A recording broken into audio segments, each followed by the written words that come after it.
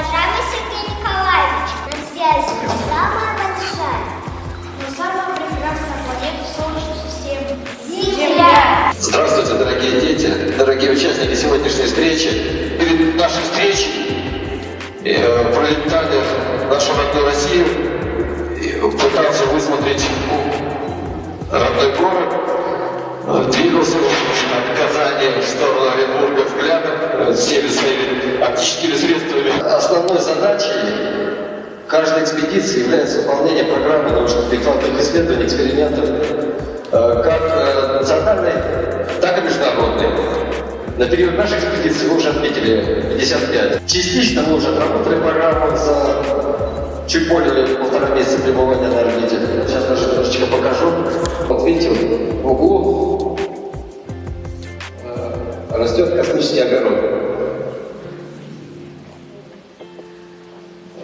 Прошлую экспедицию не удалось заняться растениеводством на орбите.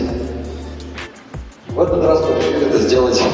Что, на ваш взгляд, самое удивительное в космосе? Находясь на орбите, конечно, две составляющих, которые невозможно почувствовать на Земле. Это необычайный вид нашей планеты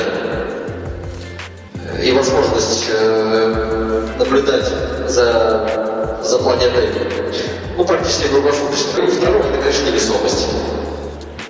Вот я сейчас зафиксировался ногами, чтобы никуда не улететь. Если я ноги отцеплю от поручня, то меня по воздушному потоку, потому что, чтобы обеспечивать вентиляцию, работают десятки вентиляторов по всему объему станции. Меня плавно начнет уносить. Вот. Либо небольшим импульсом я могу поменять свое положение в пространстве. То есть, несмотря на то, что дядька взрослый, а радость как ребенок вот этим возможностям перемещения, понимаете?